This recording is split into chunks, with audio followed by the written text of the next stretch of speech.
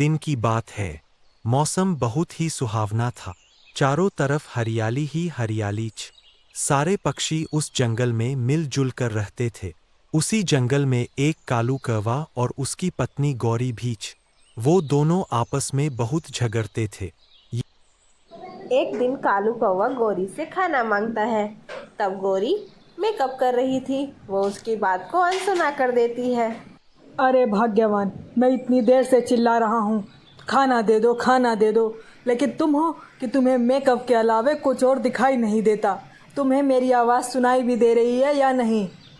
सुनाई दे रहा है और बहुत अच्छे से सुनाई दे रहा है। लेकिन कालू जी, मुझे ये नहीं समझ में आता, जब से मैं खाली बैठी थी तब से तुमने खाना नहीं मांगा। मैंने थोड़ा सा मेकअप क्या कर लिया, आपको तो मिर्ची लग गई।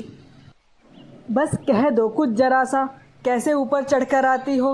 वैसे तुम्हें मेकअप ही आता है, खाना वाना बनाना तो तुम्हें वैसे भी नहीं आता। जिस दिन से तुमसे मेरी शादी हुई है तब से मेरी ज़िंदगी बर्बाद हो गई है। पता नहीं कहाँ से मेरे गले पड़ गई।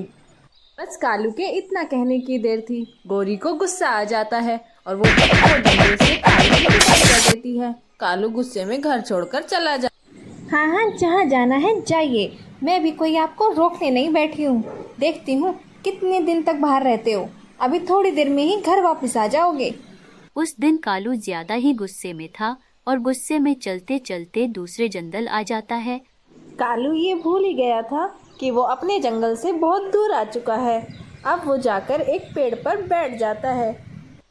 अब मैं इस जंगल से अपने घर वापस जाऊंगा ही नहीं, तब जाके गौरी को थोड़ी अकल आएगी।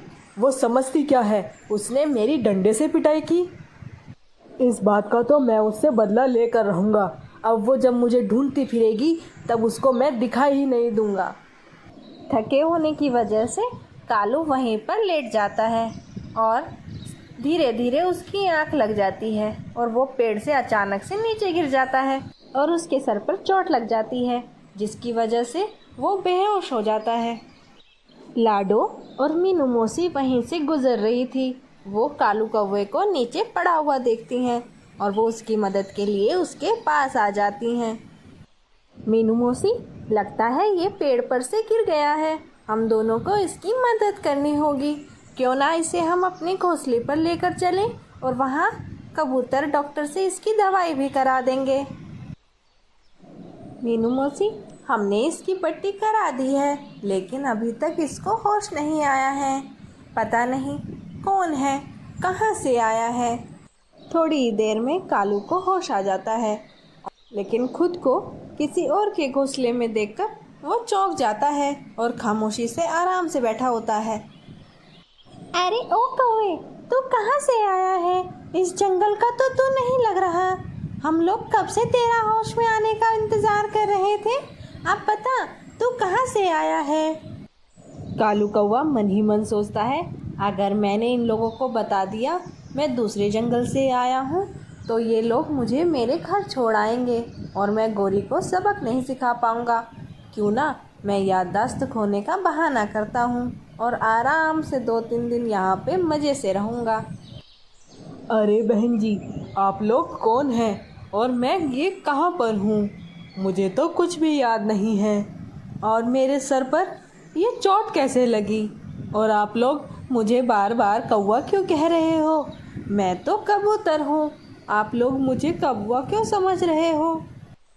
अरे मीनू मौसी, लगता है सर पे चोट लगने की वजह से इसकी याददाश्त चली गई है। इसको कुछ भी याद नहीं है। अभी हम लोगों को इसकी हाँ में हाँ मिलानी होगी। अरे हाँ हाँ कौवा भाई, नहीं नहीं नहीं, कबूतर भाई, तुम कबूतर ही हो। हम लोगों से गलती हो गई। अब तुम थोड़ा आराम कर लो, तुम्हारे सर पर चोट लगी है।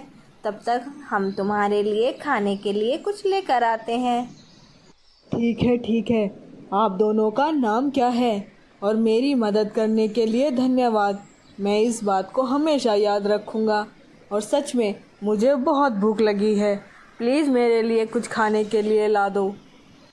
मेरा नाम मीनू है और ये लाडो है। हम लोग तो पहले ही परेशान थे, अब एक और आ गया। इसके लिए खाना और लेकर आओ, पता नहीं कहाँ से आया है। चलो तुम आराम करो, हम दोनों तुम्हारे लिए खाना लेकर आते हैं। लाडो कालू को थोड़ा उधर कालू के घर न आने पर गौरी परेशान हो जाती है और वो मिट्ठू के साथ कालू की खोज में निकल जाती है। और वो एक पेड़ के पास आकर बैठ जाते हैं। उस पेड़ पर लाडो और मीनू मौसी पहले से ही बैठे हुए थे। वो दोनों आपस में बातें कर रहे थे। तब गौरी उनसे अपने पति के बारे में पूछती है। क्या आप लोगों ने किसी कौवे को इधर से आते हुए देखा है? वो मेरे पति हैं। वो गुस्से में घर छोड़कर चले आए हैं और मैं उन्हें ढूंढ रही हूँ। कौवा? अरे एक कौवा तो हमारे जंगल में भी आया था और वो घायल भी था। कहीं वो आपके पति तो नहीं है? आओ, मैं आपको उनसे मिलवा देती हूँ। अगर वो आपके पति हुए तो आप उन्हें लेकर चले जाना।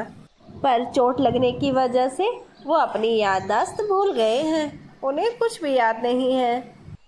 कौवे भैया, देखिए, आपकी पत्नी आपको ले जाने के लिए आई है। आपको इन्हें देखकर कुछ याद आया? अरे ये कौन है? मैं इनको नहीं जानता और मेरी कोई पत्नी नहीं है। मैं तो एक कबूतर हूँ। अच्छा, तो आप एक कबूतर हैं। ऐसे तो आपको याददाश्त अपनी वापस नहीं आएगी। मैं आपकी याददाश्त अभी आप वापस दिला देती हूँ। गौरी जैसे ही एक डंडा उठाती है, कालू को अपनी याददाश्त वापस आ जाती है और वहाँ पे बैठे सब लोग हंसने लग जाते हैं। अरे हाँ भाई हाँ, मैं ही तुम्हारा पति हूँ। मैं तो तुम्हें परेशान करने के लिए ये सब कर रहा था। लाडो बहन, मुझे माफ़ कर देना। मैंने याददाश्त जाने का नाटक किया था। मैं अपनी पत्नी से बहुत परेशान था और उसे मज़ा चखाने के लिए मैं ये नाटक कर रहा था। मुझे माफ़ कर देना।